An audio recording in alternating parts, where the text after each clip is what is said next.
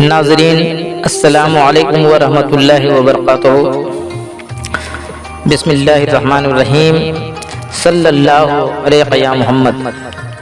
آنکھوں کو بیدار کر دے وعدہ دیدار سے، آنکھوں کو بیدار کر دے وعدہ دیدار سے، زندہ کر دے دل کو سوجے جوہر گفتار سے۔ مندر میں ہے موجود نہ مسجد میں چھپا ہے، مندر میں ہے موجود نہ مسجد میں چھپا ہے، جس دل میں محبت ہے اسی دل میں خدا ہے۔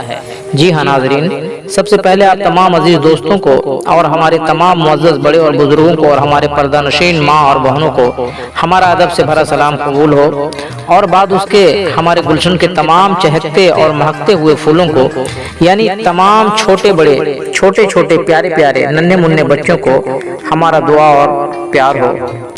آئیے تو اب ہم پیش کرتے ہیں تصوف کی روشنی میں محمدی اسلام کی حقیقت، وہ اسلام جو تمام عالم کے لیے رحمت ہے۔ جی ہاں ناظرین، اب ہم پیش کرتے ہیں تصوف کی روشنی میں اسلام کی تاریخ اور دین محمدی کی حقیقت۔ میں اس پیشکش کو امت محمدیہ کے ان افراد کے نام معنون کرتا ہوں جو صحیح رہنمائی اور قیادت سے محروم ہیں اور نام و نہاد علماء کے دام و تروز میں گرفتار ہیں۔ جی ہاں ناظرین، اس سے پہلے جو بیان حقیقت آپ حضرات پچھلے ایپیسوڈ میں سماعت کیے، اسی موضوع پر اور آگے کے واقعات اور بیانات سماعت کریں۔ جی ہاں ناظرین،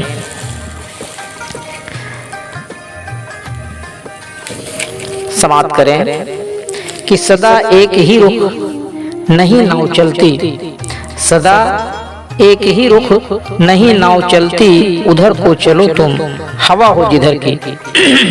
بس حضور سرکار دو عالم صلی اللہ علیہ وسلم کا اس فرمان کا آج یہ مطلب نکلتا ہے کہ کبھی گوشت کو خوری کر کے بھوکوں مرنے سے جان بچائی تھی، لہذا اب گوشت خوری چھوڑ کر امن و صحت کو بچائی جائے۔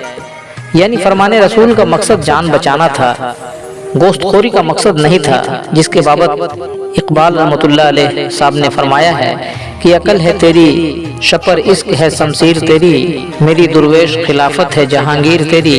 یعنی ثبوت کا پیترا بدل دینا چاہیے۔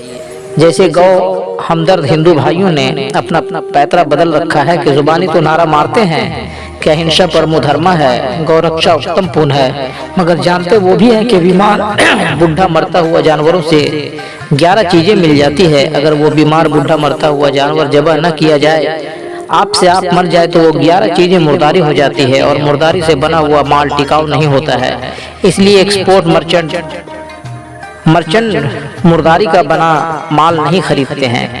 بس بیمار بڈھا مرتا ہوا جیسا بھی ہو، ذرا بھی جان باقی رہے ذبح کر دینے سے ہی وہ 11 چیزیں کارآمد مل جاتی ہے، جس کے ایکسپورٹ سے قوم و ملک کی خدمتیں ہو رہی ہے، اور 12ویں نکمی چیز گوشت بے وقوفوں کے سر تھوپ دیا جاتا ہے، اس کی بھی قیمت مل جاتی ہے۔ گویا گوکشی سے صرف فائدے ہیں، نقصان کچھ بھی نہیں، مگر نعرہ مارنے کے لیے اچھا بہانہ ہے۔ اگر صحیح معنوں میں اور سچے دلوں سے نعرہ مارتے ہوتے تو حکومت سے مطالبہ کرتے کہ گوکشی بند کی جاوے، تو فوراً گوکشی بند کر دی جاتی۔ جیسے حکومت نے بندر مارنے، مور مارنے اور درخت کاٹنے کو ممنوع قرار دیا، پھر مجال ہے کہ کوئی حکومت کی نافرمانی کرے؟ مگر یہ ان کا پیترا ہے کہ نہ حکومت سے مطالبہ کریں گے اور نہ کبھی گوکشی بند کریں گے۔ اسی طرح مسلمانوں کو بھی اپنا پیترا بدل دینا چاہیے کہ مقصد تو یہ ہے کہ بیمار بوڑھا اور مرتا ہوا سے ہم اپنی صحت و امن کو بچا رہے ہیں، مگر اعلان یہ کریں کہ گوکشی سے ہندو بھائیوں کی دل شکنی ہوتی ہے، اس لیے ہم لحم و کلاں کی گوشت خوری کو ترک کر دیا، کیونکہ اسلام کا حکم نہیں کہ خواہ مخواہ کسی کی دل شکنی کی جاوے، تاکہ فرقہ پرستوں کا کنواں سوکھ جائے، مورچہ ٹوٹ جائے، صحت و امن وہ عقل و ذہن پھر اپنا اصلی کام کرنے لگے۔ تب دیکھیے آگے کیا ہوتا ہے۔ ہم نیک و بد حضور کو سمجھائے جاتے ہیں، مانو نہ مانو آگے تمہیں اختیار ہے۔ جی ہاں ناظرین، لکیر کی فقیری عورتوں پر ستم ظریفی ہے۔ طلاق اور حلالہ، سماعت فرمائیں، تشریح طلب ہے کہ لکیر کی فقیری عورتوں پر ستم ظریفی ہے۔ موضوع طلاق اور حلالہ۔ طلاق اور حلالہ یہ زمانہ جاہلیت کی قدیم رسم تھی، مذہبی علماء کی وجہ سے اب تک جاہل مسلمانوں میں پائی جا رہی ہے، اور علماء کے خوف سے مسلم سماج مذہب سمجھ کر برداشت کر رہا ہے۔ طلاق مانی اپنی منکوحہ کو کسی وجہ سے چھوڑ دینا، اور حلالہ مانی پھر متروک بیوی کی واپسی کا طریقہ، جس کی تشریح مندرجہ ذیل ہے، ملاحظہ فرماوے۔ نمبر 1 کہ جاہل مسلمانوں میں طلاق کا جو رسم جاری ہے کہ شوہر اپنی تنہا مرضی سے جب بھی جی چاہتا ہے اپنی بیوی کو طلاق دے کر دوسری شادی کر لیتا ہے، یہ دستور زمانہ جاہلیت کی ایک کڑی ہے کہ اسلام قبول کرنے کے بعد بھی وہ جاہلیت نہیں گئی، کیونکہ طلاق کے لیے 3 دفعات کا ہونا لازمی ہے۔ ان تینوں دفعات کے عدم تعمیل سے طلاق عائد نہیں ہوتا، جیسے کسی سزائے موت کے مجرم پر حذف دفعہ 302 کے تحت 3 دفعات کا ہونا لازمی ہے۔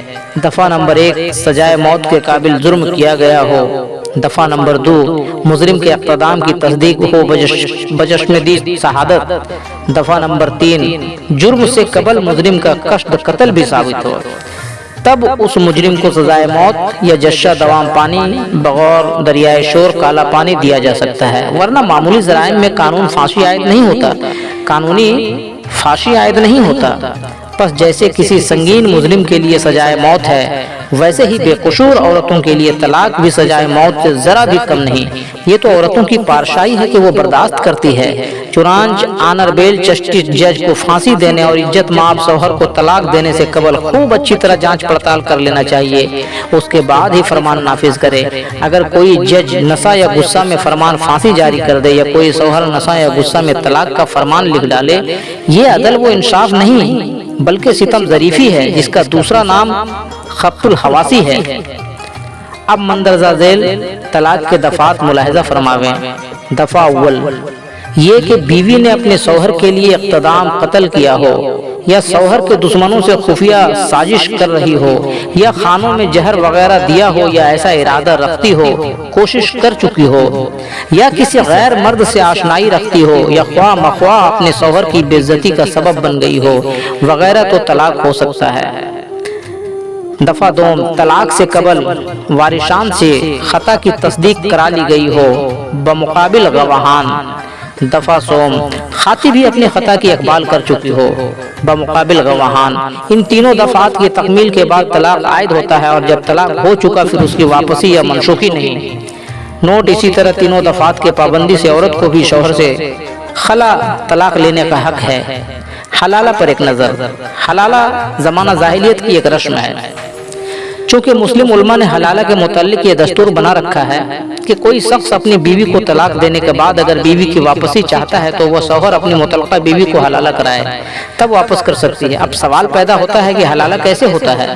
پس مندرجہ ذیل ملاحظہ فرماویں۔ سنیے ترکیب حلالہ یہ ہے کہ مسلم علماء کہتے ہیں کہ شوہر کی مرضی سے متعلقہ بیوی کسی غیر مرد سے ایمرجنسی نکاح کرے، اور اس ایمرجنسی شوہر سے ایک رات ہم آغوشی کرے، اور محض ہم آغوشی ہی نہیں لطف اندال بھی حاصل کرے، اور صبح غسل جنابت سے فارغ ہو کر اس ایمرجنسی شوہر سے خلا حاصل کر کے پھر اصلی شوہر سے نکاح رینیو تجدید کرے، تب وہ اصل شوہر کے قابل ہو سکتی ہے۔ گویا یہ ہے ترکیب حلالہ۔ نعوذ باللہ ذالک من لعنت۔ نوٹ اس ایمرجنسی نکاح اور حلالہ اور پھر نکاح رینیو میں 3 ماہ 13 دنوں کی عدت بھی نہیں رکھی گئی ہے، مطلق رعایت رکھی گئی ہے، کیونکہ حلالہ عیاشی کا مسئلہ ہے، اور طلاق کے بعد 3 ماہ 13 دن، پھر حلالہ کے بعد 3 ماہ 13 دن، گویا 6 ماہ 66 دن تک ٹھہرنا عیاشوں کے لیے ناممکن ہے، اس لیے حلالہ میں عدت کے میعاد نہیں رکھی گئی ہے۔ اب غور طلب بات یہ ہے کہ ظاہر ہے کہ بیوی کا کوئی قصور نہ تھا، بلکہ شوہر نے اپنی غلط فہمی سے طلاق دیا، مگر جب اپنی غلطی کا احساس ہوا تو طلاق کی منسوخی کے نتیجہ میں حلالہ کی نوبت ہوئی۔ گویا طلاق اور حلالہ کی سزا بے قصور بیوی کو دی گئی۔ کیا یہی انصاف کا تقاضا ہے؟ کاش بیوی کی غلطی ہو تو شوہر طلاق کی منسوخی اور بیوی کی واپسی کو کبھی سوچ بھی نہیں سکتا ہے۔ اس سے ثابت ہوتا ہے کہ رسم حلالہ اسلامی حکم نہیں، یہ زمانہ جاہلیت کی خباثت ہے، جس کو عیاش حکمرانوں نے اپنے پالے ہوئے علماء کے ذریعے مسلمانوں میں رائج کر دیا۔ واقعہ یہ ہے کہ ایک عیاش حکمراں کسی کی خوبصورت بیوی پر عاشق ہو گیا، علماء سے مدد لیا کہ کسی طرح اس عورت کو ہمارے حرم میں لاؤ، خواہ ایک ہی سب صحیح۔ اس کے بعد